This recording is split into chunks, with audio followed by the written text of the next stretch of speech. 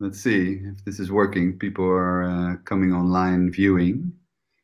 A lot of people asked me before how they can join this, but I didn't know what to say to them. Ah, okay. Yeah, yeah. It's via the Y-Stripe the website of Facebook from the Okay. Y-Stripe. So, but they're too late now. Okay, let's start. Welcome everybody on this very special occasion. Tonight we are talking with two very dear friends and really, really, really special and beautiful people, Nikos and Katarina, all the way from Lesbos in Greece. We can see Katarina already. Nikos is hiding. Hello. He's here. On the side. That's Hey, Nikos. hello. A very warm welcome. I mean, when we announced this interview, I wrote a little text and I said that you are really famous in Holland for a good reason, of course. But there also will be many people probably joining tonight that don't know you so well. So I wanted to do, if that's okay for you, a little introduction, and then we'll just talk. We'll just see where the conversation goes and whatever is there to be shared. So. Of course, for this interview, I did a bit. I know you already for a long time. We met each other 3 years ago when we came to Lesbos, and of course, we're following your fantastic work. Yeah, just reading in a bit for this interview, I came across your website, and there was this little story how this all started, and I just wanted to read it out, just a few sentences, for those people that don't know you. Because it's such an inspiring story to start with. So I'll just read it out. It's just a few sentences. One afternoon in early 2014, when Nikos visited shops to sell his fish he caught earlier that day, he came across a large group of refugees who just landed on the shores of Lesbos, wet, tired, and hungry. They were grateful to be alive, but in need of a lot of support. Moved by their journey and with the drive to help them, Nikos used the money from the fish sale to buy them food and gave them the clothes off his back. Later, he told his wife Katarina about his experience, and she got to work right away in the kitchen, preparing 40 home-cooked meals to bring them. Hours later, the food packed up and their car every blanket and clothes could collect. They felt searching the area where Nikos left them. Unsuccessfully in their mission, they learned that the refugees had been detained by the local police. The refugees weren't allowed out, and Nikos and Katarina nor their food were allowed in. Stumped, they drove to the beach where they always did their best thinking and talking, and reflected on the situation of Lesbos. They remained at the beach until nightfall, and soon they heard voices coming from the water. After several minutes, they left, and this was their entry point to the crisis. After helping the cold, scared, and wet refugees ashore, they had a surprise for them: blankets and 40 home-cooked meals. After this experience, they never looked back. This is the introduction on your website, and it's so moving. I mean, actually, when you read it, it's almost like you're there. And of course, we were not there. It's for us. It's an experience that we hear through you. Can you share a little bit, just briefly, what happened after that moment for you? That was the moment that everything started, of course. But at that time, none of us could imagine what is following. We all thought here that, okay, there is a war, some people run away, 50 people, 100 people, maybe 1,000. We are going to help them. This is it. No one ever accept that thousands and thousands of people are going to come to Lesbos, continuing all the years, and without a lot of thinking. I think we did what all people should do. In our mind, it is like this. We don't feel that we did something very special. Yeah, but that is so special, I think. No, we don't feel like this. We feel that we did what every human will do for other humans. This is it. It's very simple. It's not a big thing. Yeah, I understand. And at the time when this happened, you didn't just have a fish shop, but you also had a restaurant, right? Yes, Nikos' job is a fisherman. So he's fishing and he had a fish market. And also we had a small restaurant at that time. Mm. And trying to help, the first thing we could offer was food, which is also the number one need for a person to have food. So we start making food and give it for free to our restaurant at that time. Then, as the people getting more and more and more,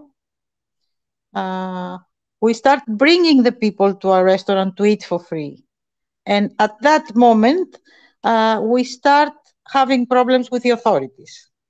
And why was Because this? sorry?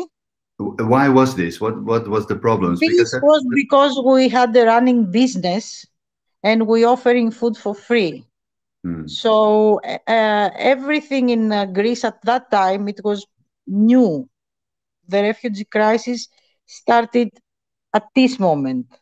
Even the authorities didn't know how to handle this and what is the legal way of doing things and what is the illegal way of doing things. So as a restaurant, it looked that we weren't allowed to give food for free because we couldn't prove that we give the food for free. Yeah. And then we had to choose. We came up with the authorities to this. We had to choose either to keep our restaurant as it was before and have our customers and our profit, either to become a charity kitchen, a kind of NGO, that we could provide food for free to us people as we want, but no customers, no profit. Only after that, we were depending on people's help and what we could offer by ourselves without the restaurant. Of course, without any second thought, we choose the second one, and here we are now. Yeah, where are you now? When we start to help people, and we saw the first refugees tired, in panic, and very sad, our heart was very positive, and we gave a promise to support them as long as people they need us, even it's only one person. So we start to help, and the days and the weeks and the months just pass very quick. We thought this will stop in a few weeks, in a few months, in a year, but this is now 6 years. We are here, we continue, and we always say we will be here as long as people need us. We changed our life, we forgot many things that we had before. We completely changed our plans just to offer the help, because I think this way it's if someone can feel this way, it's the best for the life. Yeah. So in that period, you had a restaurant. You had to change that over. I think that must have been your first encounter between like what for you is just like you're saying, Katarina, just normal to do. The most logical thing to do is to help someone, and then you run into a system that, you know, like bureaucracy, that doesn't allow you because you have to choose, which is of course very strange. And I think we'll talk about that later on, because that's one of the things I think that is so nice about your story, is that more on a broader scale. I mean, a lot of people, of course, are now in a situation, maybe not as a refugee, but that there is like an old system and a new system. So I'm really interested to talk to you about also in this interview how you deal with that, how you, because even when we were there in Lesbos to help you, that you run into a lot of bureaucracy, the police, people not wanting to help. I mean, it's not like because you have this fantastic idea and it's so generous and so loving that everybody wants to help you. You also get a lot of resistance, right? Yes, of course we do. And Yeah. we So still do. what did you run into, and how did you deal with that? Look, in the beginning, we were shocked and surprised. Uh, in the past and before the refugee crisis start, both of us in our lives, before we meet, but also after, we were helping people, the Greek people, I mean, when we could and in the way we could. But not at this size, let's say. Yeah, yeah, That was huge, yes. So we were very shocked and surprised because we thought that, okay, when someone wants to help for free, no one will stop him. No, it's not like this. crazy, huh? There are, yes, there are laws that you have to follow. And in Greece, we didn't had, when I say we, I mean all of us, even the government. We didn't had the education, let's say, about volunteering and charity in this big amount. So I think we, the same time with the government, learn how to do this. Yeah. But the government has the power. We didn't. Yeah, yeah, that's obvious. That was the difference. So during the years, we learn when we decide to give our help somehow, first and as fast as this is possible, to find out what is the absolute legal way to do this, so to have less problems. Yeah, This is the only way. yeah, I understand. Otherwise, it's just not possible. Yes, That, otherwise you're that's going to have more problems. So you have to follow this. You have to accept this and follow. because that's one of the things that I've noticed when we were there is that it seems like you have two agendas. You have the people that want to help, like you, the agenda of the NGOs, and then on the other hand, you have the agenda. It seems like the country or maybe the European Union that don't want these people to come to Europe, and they seem to be sort of contradicting. Is that what you found too?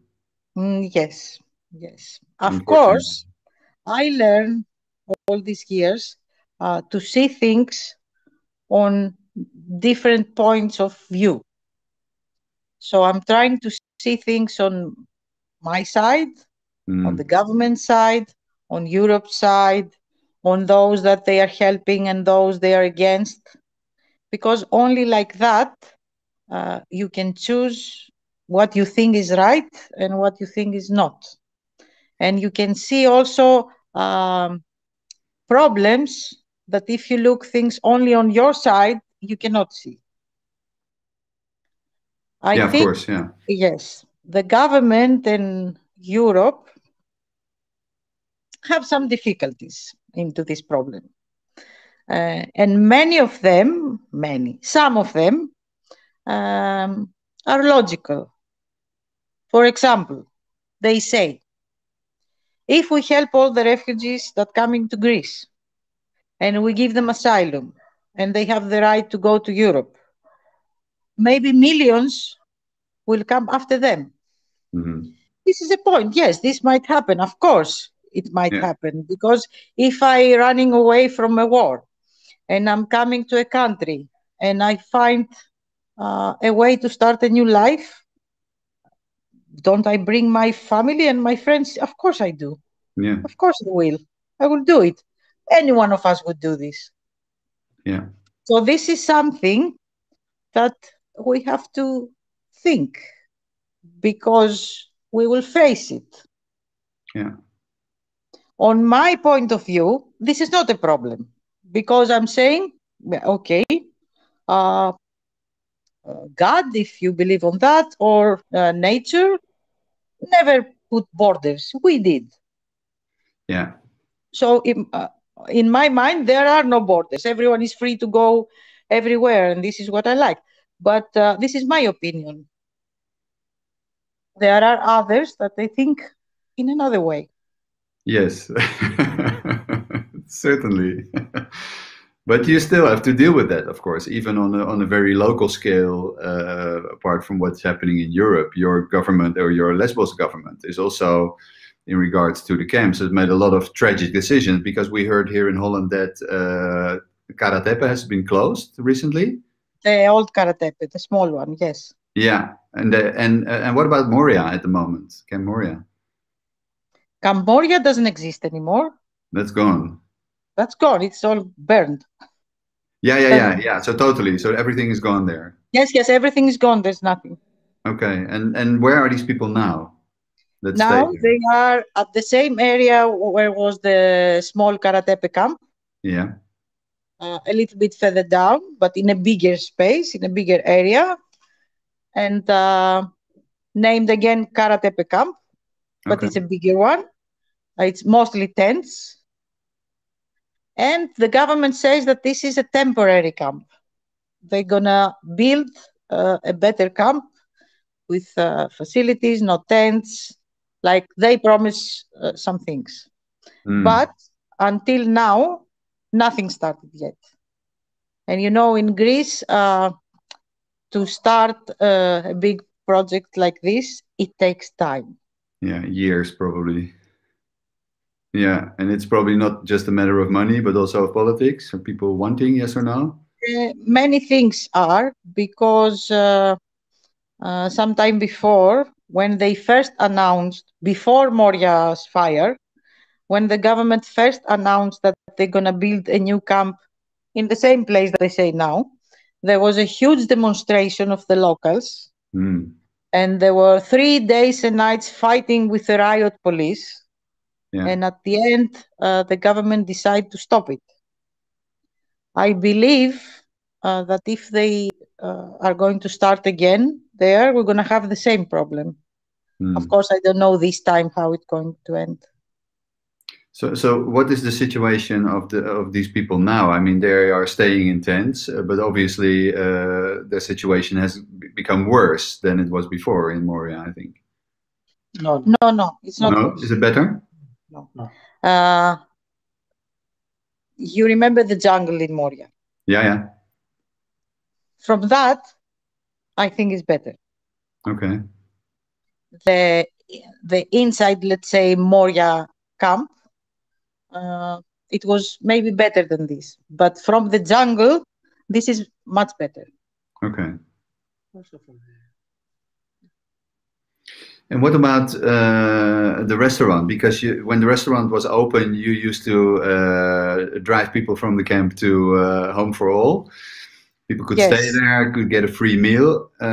That is probably all closed down because of Corona for a long time. Unfortunately, because of COVID and lockdown, we couldn't do this for months. And one more reason for that was that it wasn't allowed to put more than 2 people in our cars, in the vans. Ah, okay. So there was no way even to bring them. And then it wasn't allowed to have tables and chairs and people sitting. So, but now we hope that this is not going to change. The restaurants are open, of course, only the outside.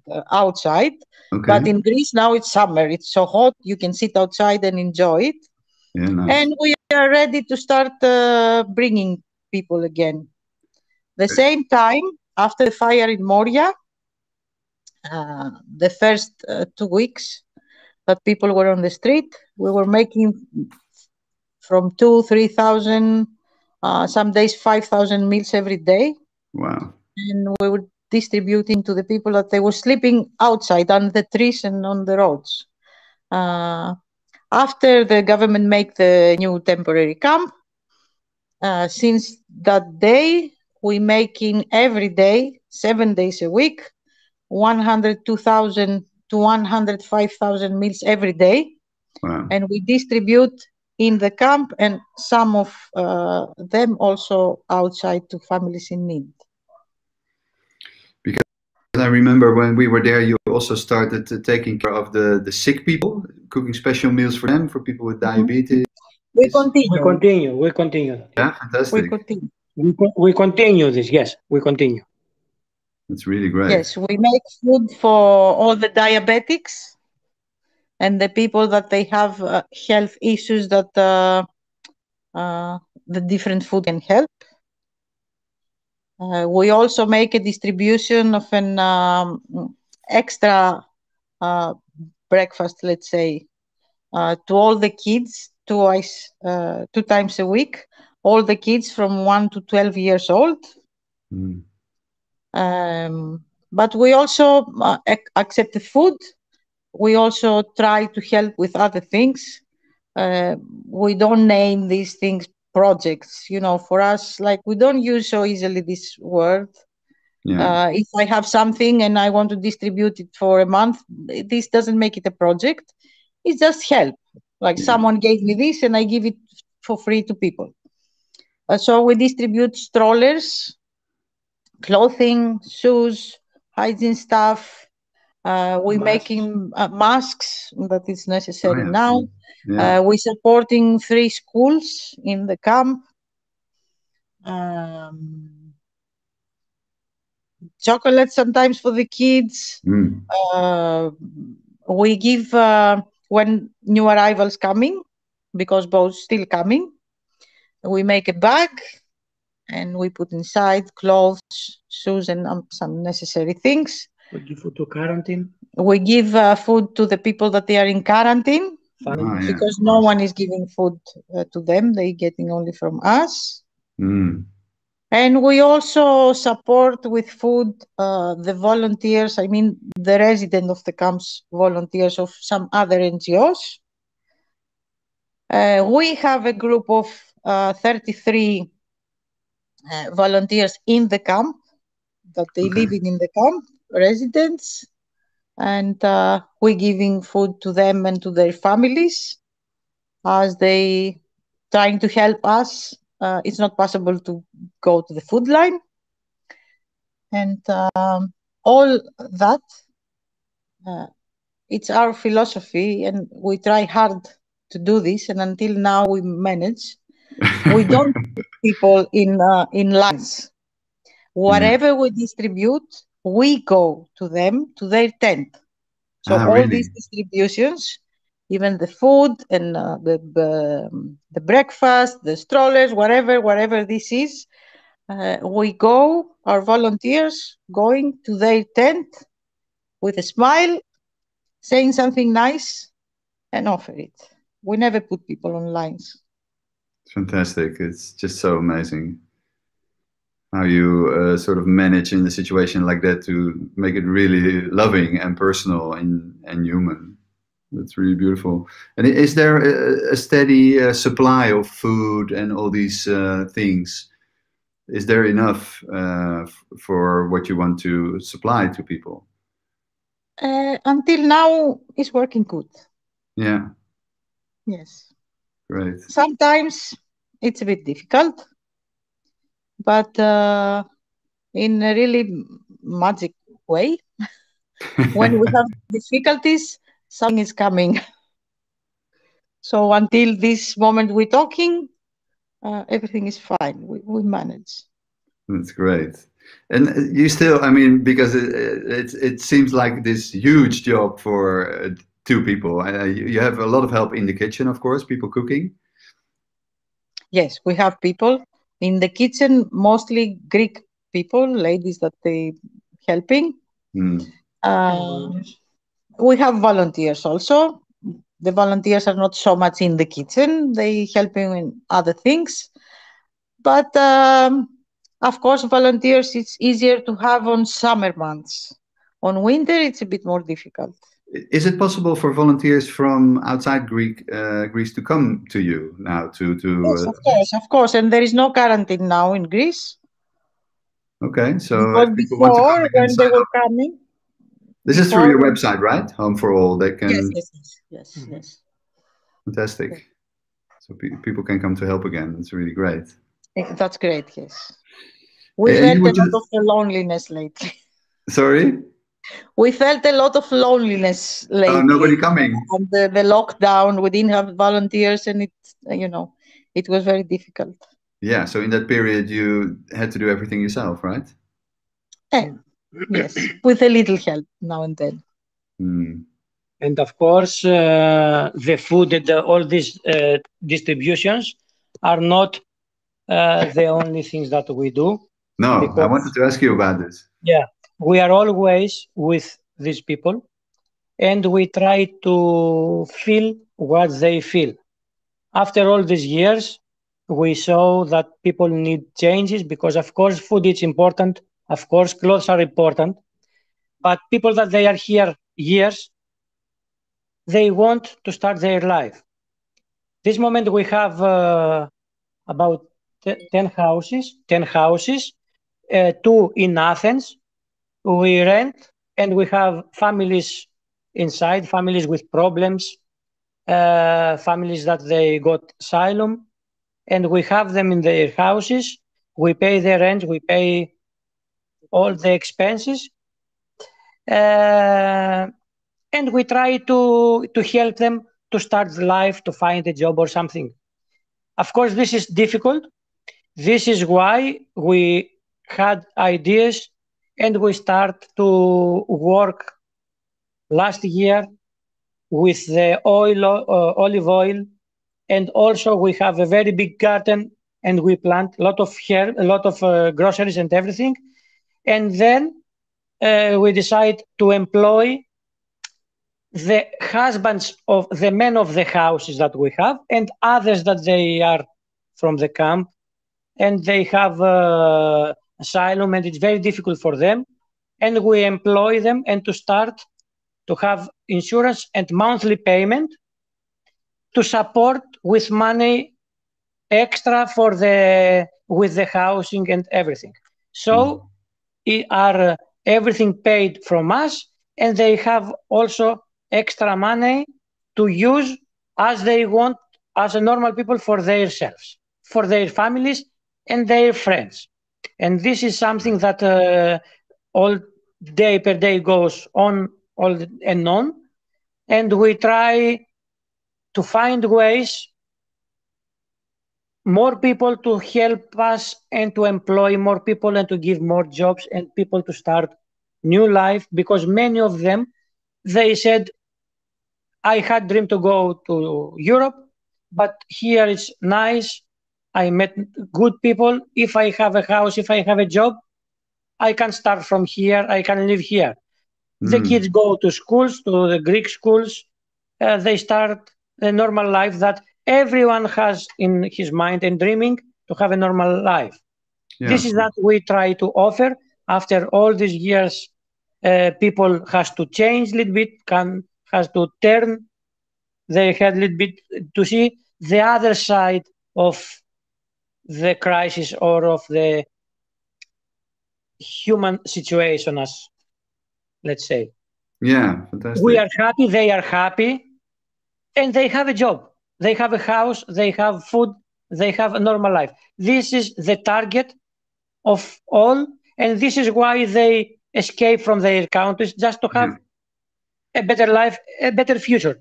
We try to offer this future. Fantastic. And this project of this land is, you call this homeland, right? Yes, this is homeland. Really Katarina good explain you something more about that. Yeah, fantastic. Homeland is a big garden. 9 people working from different countries. Greek, from Pakistan, from Africa. 3 from Africa. 3 from Africa, from Iraq. From Iran and Afghanistan. Iran, Afghanistan. So all these people, they have no problem. They working very good together. They enjoy what they do here. They laughing, they sitting down and eating, they working the land. This also is a very peace, bringing peace, you know. Yeah, can imagine. Mother Nature itself bringing peace. So this is a small model, I will dare to say, of a community. Yeah, We can exist together no matter what we believe, if we respect the one the others believe in, and we can work together and make miracles. Yeah, that's fantastic, because all these people have a very different background, country, religion, culture, all these things, and yet, well, you prove with a project like this that they can work together. So in terms of what is, I mean, you obviously started a community, because I think everything you do is about community, and so is this project, of course. The Wise Tribe is trying to connect people together to create communities, basically. So what is it, in your experience, what is needed for that to make it work? What is needed? I think what is needed is to believe that it can be real. Because we talk with many people and they say, oh, this is utopic, or you're a dreamer. When you think like this, cannot be happen, ever, never. Yeah. The only thing that needs, believe me, is to say, yes, we can make it. Yeah. Then Let's do it. it happens. And I this think is the only magic. reason that we don't have this is because we don't believe that we can make it. You were speaking before of magic. Is that what you're saying, that if you really believe it, then the magic comes down and the help comes down and everything happens in the right moment to support this? Look, now I might sound like a dreamer, but yes, I believe this. Yeah. Yeah. I didn't believe it in all my life, but the last years, what I experience and I see and I face every day make me to say, yes, yes, I believe this. When you want something, it happens. Hmm. So what would, maybe in a very different area, but from your experience, I mean, I can imagine that you have still maybe work in situations that are so surreal. I mean, nobody has a scenario for that, right? I mean, the situation that you're in, nobody can tell you what to do. You just have to improvise on the spot. Yeah, true. It takes a lot of flexibility, I think, and trust. So if people want to sort of come together and have a dream or a vision that they believe in, from your experience, what would you advise them to do to make that happen, to make that real? Yes, look, this is my opinion, of course, and this is how we did everything. You don't have to think so much. Of course, you have to think. Of course, you must have a plan and schedule. But first thing is believe it. Second is flexibility, because you start something that it's not so known. Many people don't have experience on this to get advices. So you start with a plan, but you have to be flexible to face every small change or a bigger one. Yeah. And then everything is coming as you're working on it. And there you will find your way. But you don't have to quit. You're going to face difficulties. Because on the one hand, you hold your vision. You know you do something good that spreads love. So that's enough to be sure that it is good. But from your other hand, you hold the everyday things. You have to follow a way. Otherwise, you're going to have problems.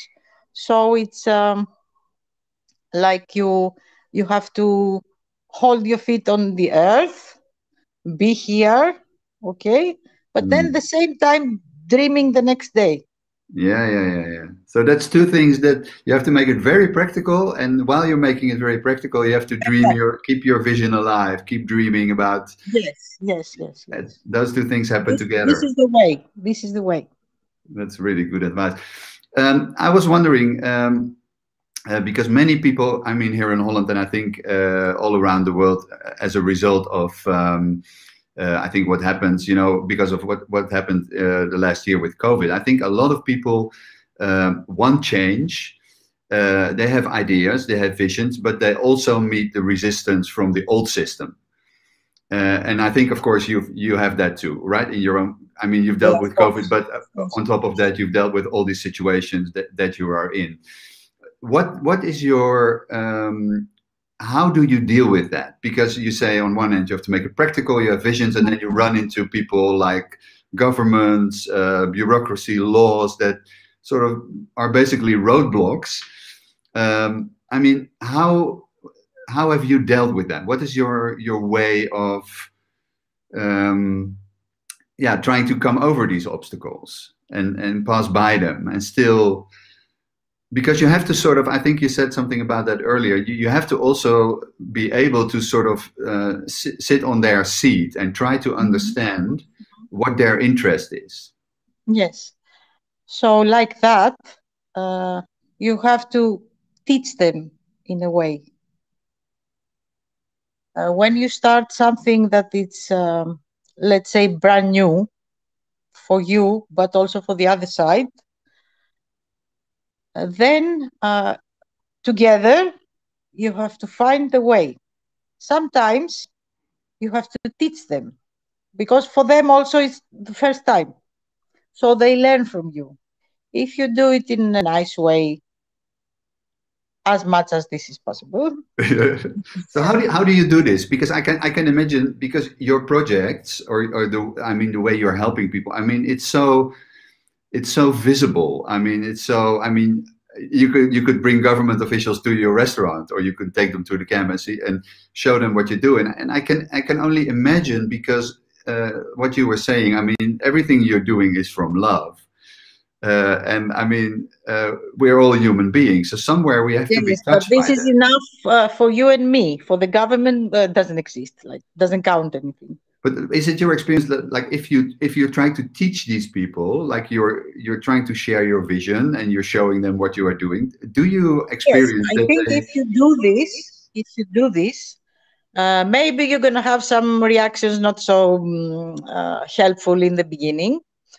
But in between this, you're going to find some people that they like the idea, and they will help you to find the right way for them to do it. First of all, legally, this is the problem. Mm-hmm. To follow the laws, if there exist for this that you want to do. And then with them, you've been through the difficulties, and at the end, you find the way. So when they are covered, then you are free just to do your vision. So this is your experience, that even if you're with the people that you have to deal with, you can't reach them, that somebody else will show up and help you. I think yes. And we have to admit that there is a system, an old system, that it is very solid to break it. The only way to get through it is to create another system. So this is what because a lot of people here, they are in a way fighting the system or opposing the system, and I think that's a very natural reaction. And there is also other people that say, like, look, you shouldn't be fighting the system because they are way too powerful, they have way too much money. But what you can do is start like a parallel society, basically what you are doing. Of course. Just do it very differently and prove them wrong, and prove that the other way or your vision is actually working. Is that also your experience, that that's the best way to go? Yes, this is exactly what I'm saying. Create your own system. Mm-hmm. In the beginning, it might be a little bit difficult, but then as more people following you, then your system becoming bigger. And this is the only way to break, let's say, the old system. Yeah. And then the old system will accept you at the end. Is this what you're noticing in all these years? Like, you're six years down the road, do you notice, because what you are doing gets, I mean, a lot of people have heard about your work and your generosity. Do you notice that more and more people are on your side, and that it has a momentum, that the old system is actually sort of showing little cracks? Yes, I see now in the beginning, it was very difficult for us to been through this. We get only negativity. But now, after we stop fighting the system in a not nice way, like in a hard way, and try to find the way to get through this, but without bringing ourselves out of what we want. We always keep like, we want this, we're going to do this, but we will find the way together. Yeah. So you're actually evolving the old system. Yes. As much as possible. Yeah. For me, I think this is the only way. Because when you try only to fight the system will eat you. Yeah, exactly. I think that's a lot of people notice that. I mean, the laws are just getting more bizarre. Yes, and worse. of course. I will give you an example, just a simple example. If you have two groups, them and we, for sure you will have different opinions, fights many times, a lot of, because you have two groups. But if it's all together one group and we're working for the same thing, you have less stress, less fights, and work all together. After fire in Moria, about 10,000 people went in the area to the main road near to Mytilene. 3,000 about stay in the area of old camp of Moria, under of trees. We decide together with the government and the army how to distribute the food. We said, the area from Moria, we can handle by ourselves to give food to all the people. All the NGOs and the government and the catering gave focus, of course, to the people that was thousands there. It was so difficult that, and for 3-4 days, people, they could even receive food, not because it was not enough, but because it was not way to give to the people food. The vans from the catering went there, and when hungry people saw the vans, they just attack, and the people that they working, they just escape from that because it was very dangerous. From the other side, we start to give food to them, 2,000 people, alone with 2 or 3 friends of us, volunteers. What we did, first, we went there. We sit to them, with them, under of trees, and say, guys, we know how difficult is the situation. We have food, and we can bring you everyday food, but you have to help us also. So wait here, we will come with the food. We have enough for all. Don't fight, don't push people, don't make lines. We have food for all. So we keep them calm, and then we went with the van and start distributing food. Everyone was happy. This we did for 2 weeks. After, a lot of people start coming back to our area because to the other place they could receive food. And was fights all day and night. And then we start to make more food, but also quiet and calm. One night, very late at night, yes, maybe 10 o'clock, someone called me and say, please, can you support, because they are about 500 people without food, and they are very angry and they will destroy everything.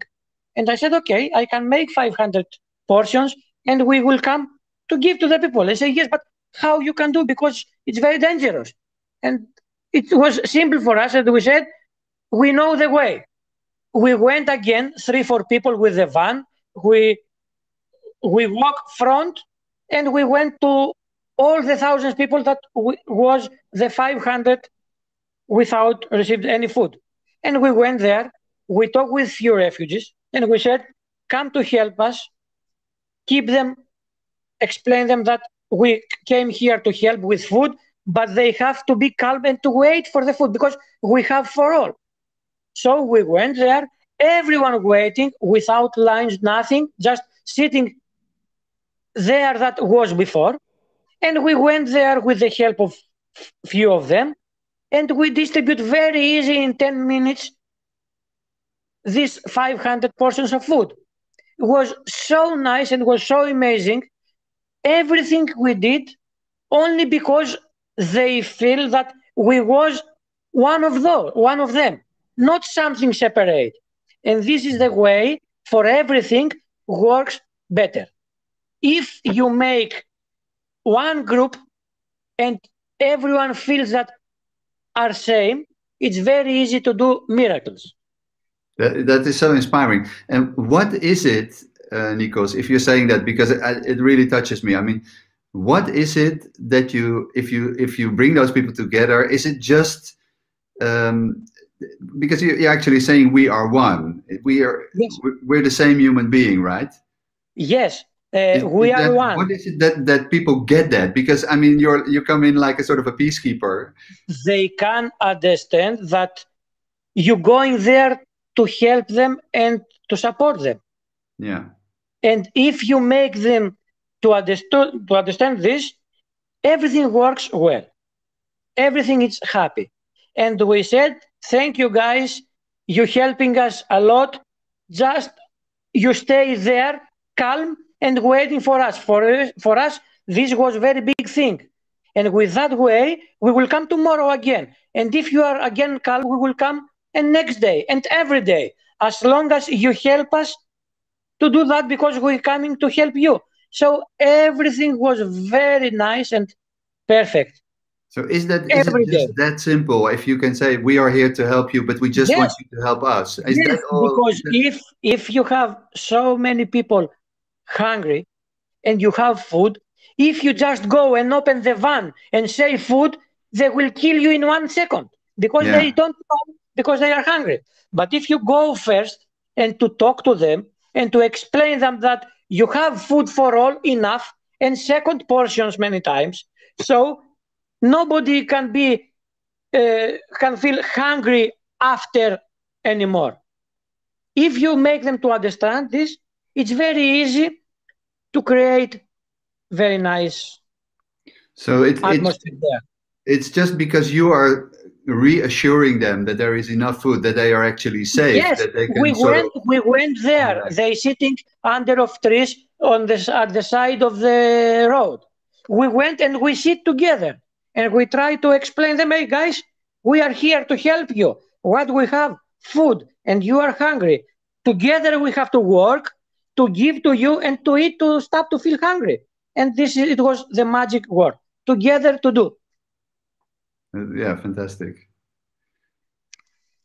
One more thing is you have to win people's trust. How do you do that? Let's continue with the same example, okay? Let's say that we have today 100 meals and we want to distribute. So for us not having problems, we go there and we say, yes, we have food for everybody, blah, blah, blah. We give the 100 meals and then we get in our car and fast go. We don't give to the rest because we didn't have from the beginning. The next day, when we go there, thousands of people will come to our car trying to get this food. Yeah. You have to be honest. I believe that even if we went there that night and we were saying, look, we have only 50 meals, choose yourself the most vulnerable people and send them to get it, we wouldn't have any problem. Yeah. For me, it's not what you say, it's the way you can make people feel it. And people are not stupid, you know, they are very clever. Sometimes we think that we are the clever ones and all the others are more something, I don't know. So people are very intelligent, all these people, and they can feel, not only see, they can feel. Yeah, of course, they are sentient. yes, when you go there and you say something, they know how you say it and how the other one say it, what you want and what the other one wants. Yeah. So when you are pure on what you do and honest, people are always on your side, always. Yeah. Even if they don't agree with what you do, sometimes they are on your side just because you are honest. Yes. So these are very common things amongst every person, right? Every human being feels that, knows that, I think so, yes. regardless of where they come from. I want to believe that it is like this. But I think you experience that too, right? Yes. It's not just a belief. No, I am the lucky one. Uh, but I think it works so well because I mean you are that. I mean you are so super clear and honest and realistic, and I think many people, of course, also in the community that you help will have heard of you and will know that you actually are dedicated to help them regardless, right?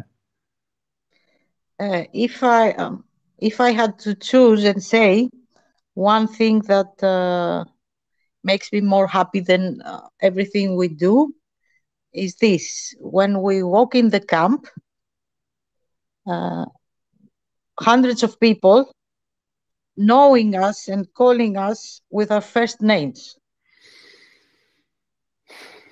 For me, this is the most important thing. Yeah. So they feel not that we are those that we are there to help them. They feel that we are one of them. Yeah. That you are This, friends. if I can say that we succeed on one thing, I think this is the thing. And Would this is you what makes me happy. would you consider them as friends or family? Yes, of course. All of them. Yeah. Yes, yes. The way we talk to each other, it's not like a volunteer, let's say. I'm not saying that this is a bad word, you know what I mean? Like Hmm. a volunteer in the camp wants to help and the refugees that accepting the help. No, we don't have this feeling between us. It's like No, uh, we are friends and we visit our friends. Like that's you right. go to as a guest to a friend's house and you bring something with you, like something sweet, something this, something that. Uh, this is the feeling we have between us. We're visiting them, we bring in something, we sit, we talk. Yeah, great. So, I mean, living like this for so many years, what is your idea? What makes humans human? Because you work with people that have gone through real hardship, really difficult times, have lost their country, family. I mean, when we were there, I spoke to a few people, of course, and I heard their stories, and it's just unimaginable. And this is your daily life. You hear this all the time, but still underlying there is like humanity, right? And this is what you touch when you are with these people. And what is that? What is it that makes humans human? The common things between us. Yeah. What When is it that someone you is share? telling you his story, uh, your human side is to feel how he feels, and the opposite. Yeah. When we can feel the other one, then this is humanity. Connection. Yes, we are all the same, but Yeah, yeah, I yeah. think we stop feeling each other because to hear someone is not enough. You have to feel him. So I can imagine that for people that are in the camps or refugees, that because of what they've experienced, that feeling may be very far away because they are traumatized or, Mhm. well, I mean, whatever happened. So how can you help these people? Because there's also a lot of psychological help for them, of course, I think. or is it just sitting there with them, listening, feeling into their stories, what you were saying? Look, we are not psychologists, of course, no, to help them this way. But for all these people, it's very important to know that someone cares. And when I say someone cares, I don't mean give them food, give them clothes, give them this, give them that. It's important for them to know that I don't feel good now, and I can call Katerina or even ask her to come here because I want to talk with a friend, and then Katerina is there. This is what we can offer. We are not doctors to cure someone. Yeah. We just can be there for them. Yeah, and I can imagine that may work even better than talking to a doctor. Oh, I don't know. In some cases. It looks like it helps a lot. Yeah. So what do you do when you sometimes lose faith yourself, or does that never happen? Until now, it might sound like a bit of ego, but it's not. I never felt it. No, you never felt it? That's great. No.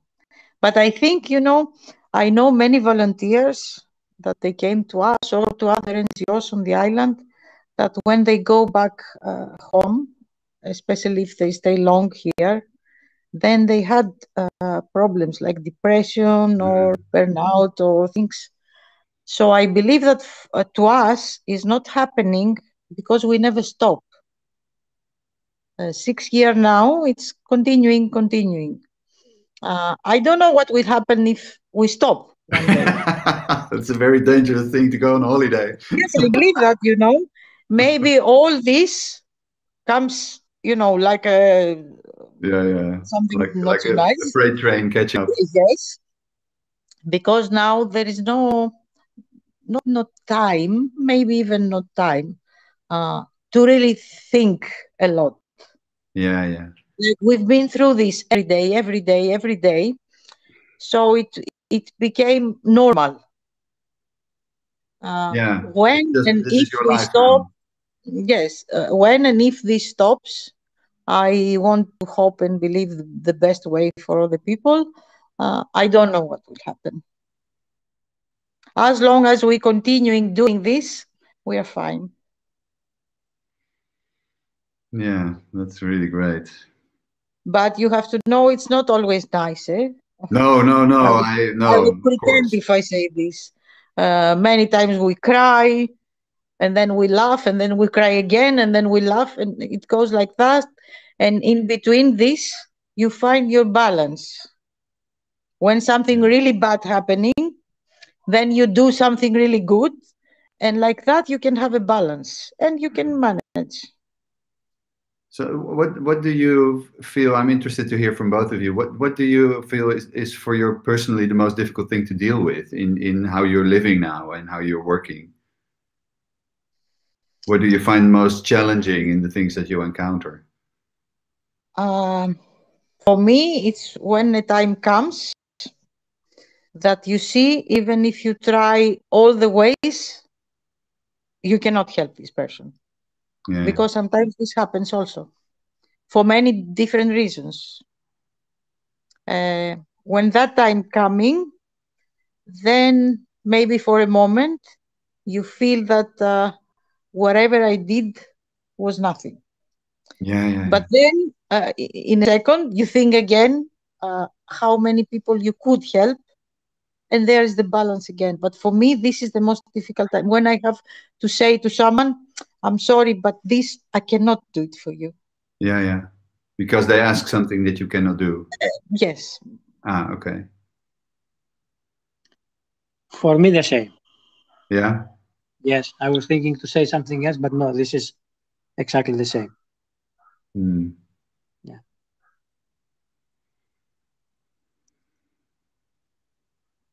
But also, we never promise things that we are not sure that we are going to make. Yeah. Even if we really want it, if we are not sure that we can make it, we never promise. We say we will try and we will see. these are all individual requests or families, something they ask you. Yes. Yeah, okay. Yeah. So, just to close it off, could you share with us if you think about wisdom, because this platform that Tijn and Binky raised is called Wise Tribe, and we talked, of course, about community and how you can live together in the circumstances that you do. Mm-hmm. What is wisdom for you? What does that mean? Wisdom is to learn, I think. This is how it's coming, eh? Cannot be in another way.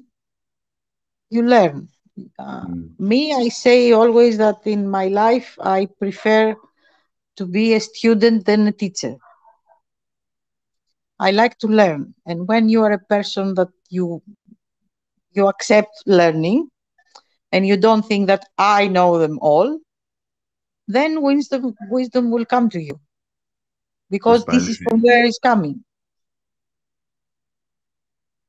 With all the people you meet, because I can imagine that you've met so many people from different cultures. What is the wisest advice or lesson that you ever got from someone that you met in those years? Is there something that comes to mind, something that you carry with you as a life lesson? I'm trying to think, because if I have to choose one, there are many stories. Yeah, it's a bit difficult, this. I think 6 years now I'm learning. If you could meet me before this, I was a completely different person. I wasn't always like this. I learned.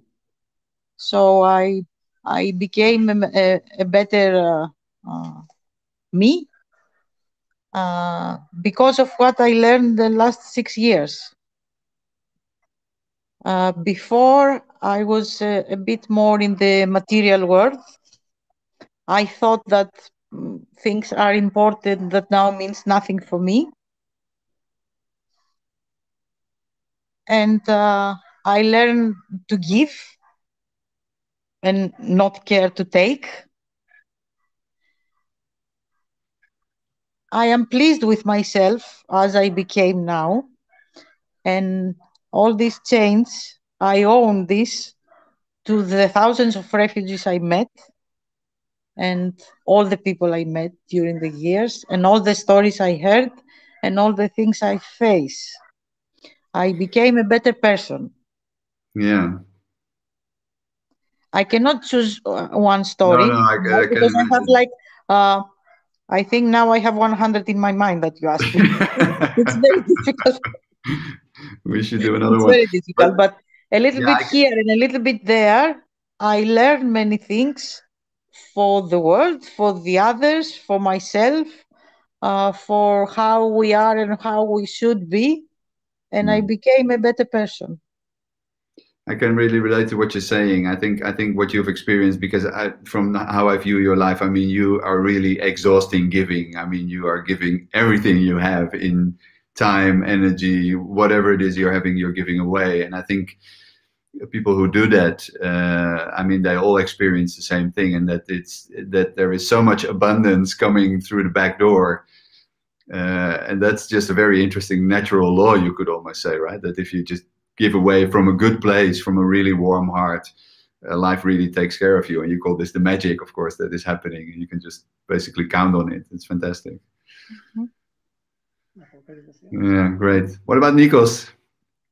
Yeah, I would like to say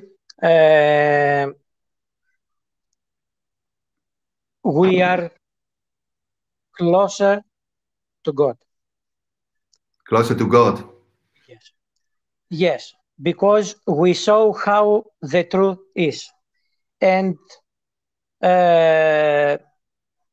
he showed us, we said before that if you are one group, only then you can fight together and to have better results. This moment, I feel the same. I feel that God brought us all together different religions and countries and beliefs. He make us one group, and because he is smart, he just teach us. He became us love. So everyone, even different religion, even different culture, everyone, if has love inside,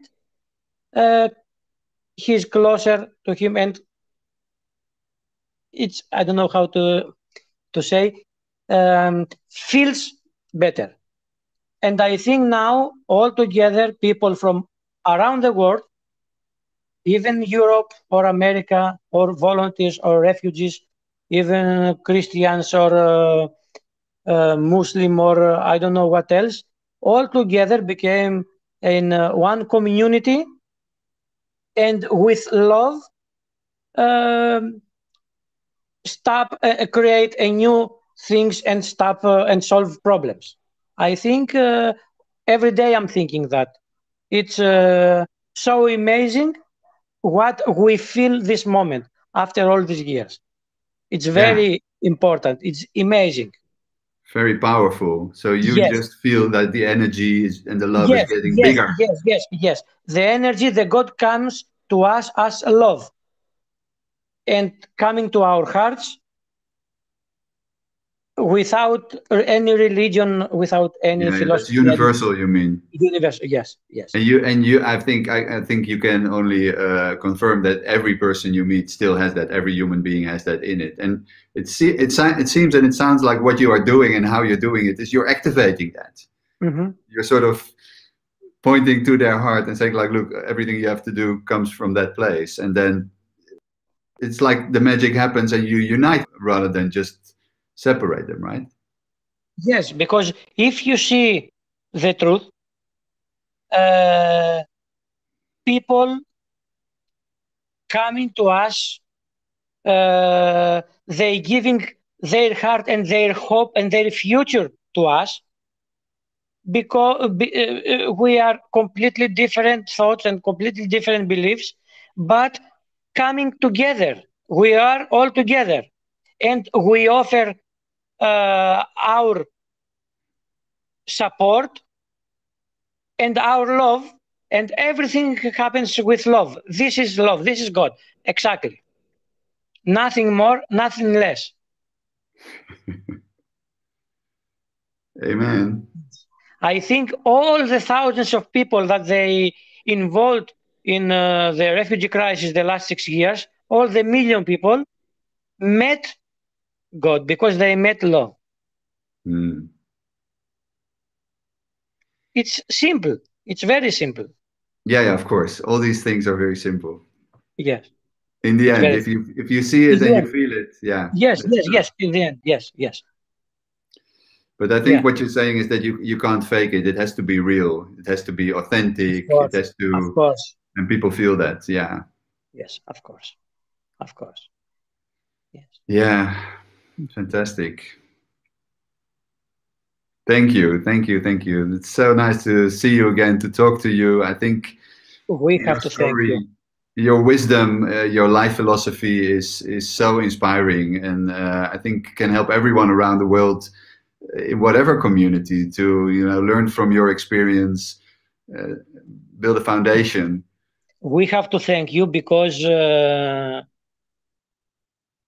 are the person that very easy someone can open here to you and to talk very simple and very nice things. Mm. I just wanted to close with how can people support you? Because on the website, people can donate, of course, to support your projects. People can sign up volunteering, coming to Lesbos, help you with whatever needs help at the moment. How are there other ways that people can help you in what you're doing? Can support you? Send us positive energy. Yes. Yeah, okay. Well, we can do that. And to talk about us to others. Yes. To talk, this is a thing, to talk about what's happening here on Lesbos to those that they are not able to come here. They never came, and they don't know. Because I see every day, talking to people, that there are many people, even in Europe, that they really don't know what's happening on Lesbos. No. I mean, well, unless you follow the alternative media, of course, you get the mainstream media news. Yes, That's okay. not representative. But it's good if the people knowing or the people coming here, when they go back, to find ways to talk and say the truth, because I see that from the media doesn't coming outside. What is the most important thing that you think people should know about the situation on Lesbos right now? The situation on Lesbos. Yeah, well, I mean, you think like there are still refugees. They are living in tents. There is a camp. Everything is difficult. People are still coming. When the people get asylum, they stop getting the monthly 90 euros that they get from the government, which is already nothing, but at least is something for them. And in some months, they have to leave the camp, but they have no place to go. If your request for asylum has been accepted, then to continue the procedure and get your passport, you need to pay 86 euros for each person of the family. Okay. But they don't have money. If you have 1 or 2 rejections, you have to pay a lawyer, otherwise you're going to be deported. But how they're going to pay? This doesn't go outside. No. But it's very important to know. Yes, there are so many things that those volunteers that they are coming on the island, no matter with what NGO or by themselves, then they have to find ways to talk to as more people as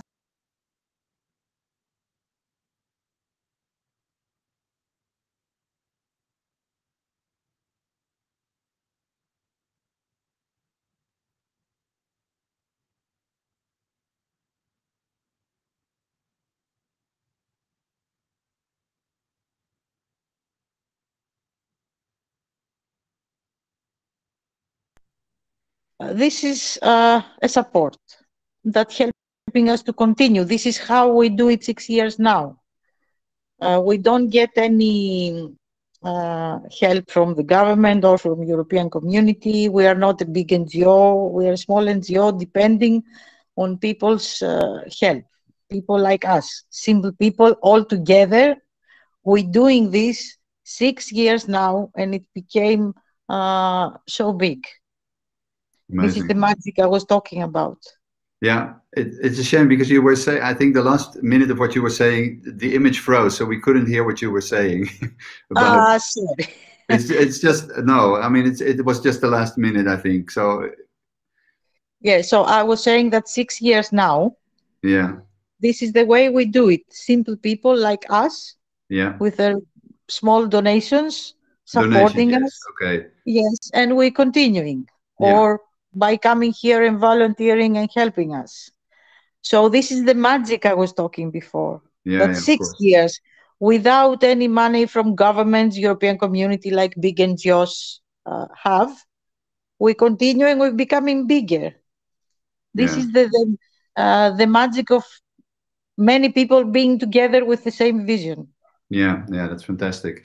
We in the chat and in the announcement we posted the link for people to support you to donate. And I hope now that it's open again that many people will come and visit you, including myself. Thank you. And would really love to come over again and spend time with you and help out where we can. That would be amazing. Yeah. Let's stay on that, please. Yeah, of course. We need you here. We need you here. Yeah, well, I hope to bring many friends and work some magic. We work, thank you, dear friends. Years with the people from Netherlands, the Dutch people.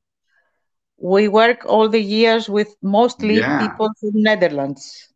Our volunteers are mostly people from Netherlands, Really? and we are so happy for that. And they are also nice people. Like someone choose all the nice people and bring them in Netherlands. I don't know what you do there, but you are great. So you, I remember that you once said that if you want to move out of Greece, you would consider living in Holland. Yep, I can do that, anytime, immediately, just like that. I'm Nice. ready for it. If you ever think about retiring, you are very welcome here, and we will find you a beautiful place to live and take care of you. I will be very happy, very happy. Oh, But for nice. now, we have still a lot of work to do. I know. Maybe later.